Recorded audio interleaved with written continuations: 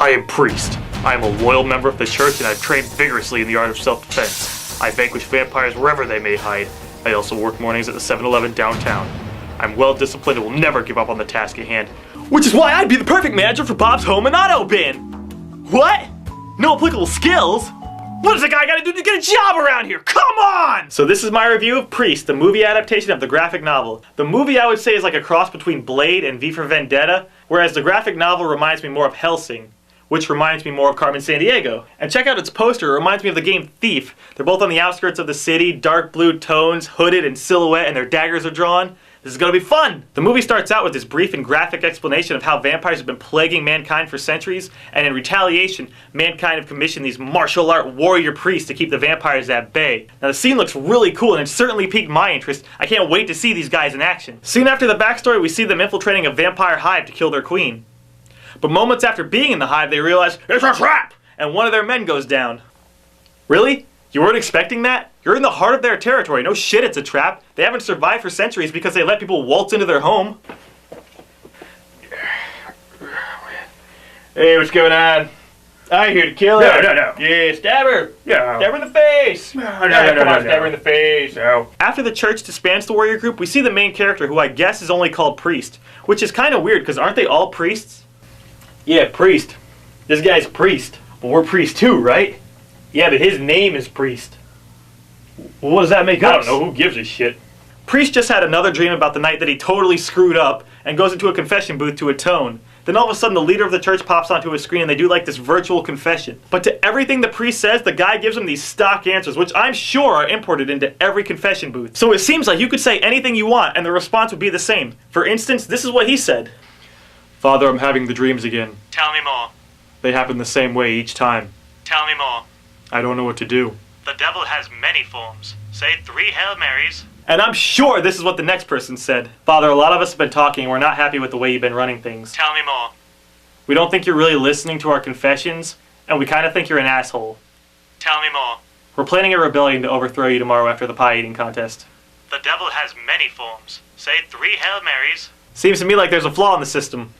So the priest learns that vampires attack people who turn out to be related to him, but they live in a wasteland outside the city, so he seeks help from the same tyrannical council that runs every dystopia. Naturally, the head council member says that there's nothing they can do because they chose to live outside the city that protects them. The walls of the city keep the people safe, and no one is allowed to leave. But this priest doesn't listen. He breaks his rosary, becomes a rebel, and kills a couple guards along the way. Yeah, now it's time to get through those impenetrable walls, right? The guy said nobody's allowed to leave the city. He's probably gonna sneak through some sewer pipes or stow away in a cargo or jump off a... Oh. He just scoots on through the door they left wide open. Okay, impenetrable walls my ass! So after that daring escape, he reaches the house where the attack happens, teams up with a lawman, and finds tracks to what they call a familiar. He's a familiar. A vampire wannabe.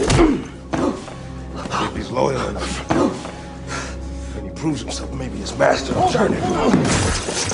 Thanks, Blade. Now I know what a familiar is, but these vampires don't seem like they work well with others, so I'm curious to see what their familiars look like, and this is where it gets kind of confusing. During the scene where they get to the vampire reservation, I noticed people around me saying, is he a vampire? I don't know. Was he a vampire? I don't know. Is that guy a vampire? No!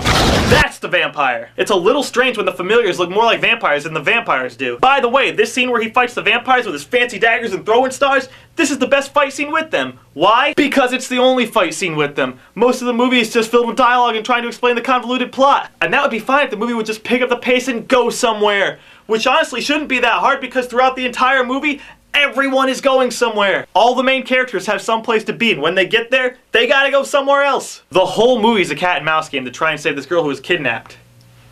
Yeah, they let you know right away what this movie's all about. So they're trying to catch up to this guy who looks nothing like the rest of the vampires. He looks like Hamilton Rourke from the Damnation games. He's all dark and brooding, and he always has his hat tipped down, which also seemed to confuse a couple people. And I have to admit, I was a little confused too. I saw him walk in front of a mirror to check himself out, and you could clearly see a reflection. Okay, so he's not a vampire. He's the main vampire! You have to throw out all preconceived notions about vampires before you watch this movie. Now back at the city, Chancellor Palpatine calls in the rest of the remaining priests to tell them that one of their brothers has defied the church by leaving the city, and he wants them to go find him and kill him, which doesn't make a lot of sense to me. Your brother has dishonored the church by leaving the protection of the city. So I want you to leave the protection of the city to kill him. Now call me crazy, but I don't think this guy runs a tight ship. Despite that, we finally get to see all the priests go into battle, right? I mean, they flaunted them around the beginning of the movie, and now they're getting the band back together. Not only that, we get to see them fight the main vampire? This has gotta be intense. They even got the opera music in the trailers.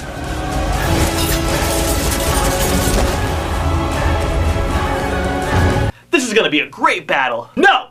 No such thing happens. 3 priests get sent out, 1 dies at the blink of an eye, and the other 2 die off camera? What? The whole time, we're told how badass these guys are. Yeah, you don't want to mess with them, they'll rip your head off. No, we deserve more than that. The priests deserve more than that. So the last remaining one joins forces with priests and they try to stop a train full of vampires that Black Hat really? That Black Hat is driving straight into the city. Now stuff is going down. The lawman's trying to rescue Princess Peach, the priestess is trying to blow up the train, and the priest is trying to fight Black Hat. That's right, trying. He keeps getting his ass kicked and he's not landing any hits with his daggers, so Black Hat gives him the boot. But the priestess gives him this cross that she's been hanging on to forever that's supposed to help him in the fight. Alright, this has real powers or something. He can't fight that guy on his own. His daggers are useless. This has to be the power of God in this cross, right? No! It's just another dagger, like all his other daggers, only this one's a cross. But it does the trick, because he takes down Black Hat, the priestess blows up the train, and Priest goes back to the Ministry of Magic to tell them that vampires still exist. End of movie. Now, I don't know if it's just me, but I wanted to see the train penetrate the walls of the city. There's usually that cliche where the protagonist fights the antagonist and loses, but comes back in a later scene to defeat him. We don't get that here. When the end credits started to roll, it was kind of a surprise for me. I thought, that's it? Maybe it's because I'm not familiar with the graphic novel, or maybe it's because they plan on making a sequel, but I felt that a lot was left out, that a lot went unfinished, and they still had a lot of explaining to do, which is astounding because it felt like more than half of the movie was exposition. I don't think the movie was bad. The fight scenes it had were really cool, some of the characters were interesting, and it had me interested enough to want to know what was going to happen next. But that's my problem. Am I supposed to want to know what happens next, or did it all already happen? I guess only time will tell.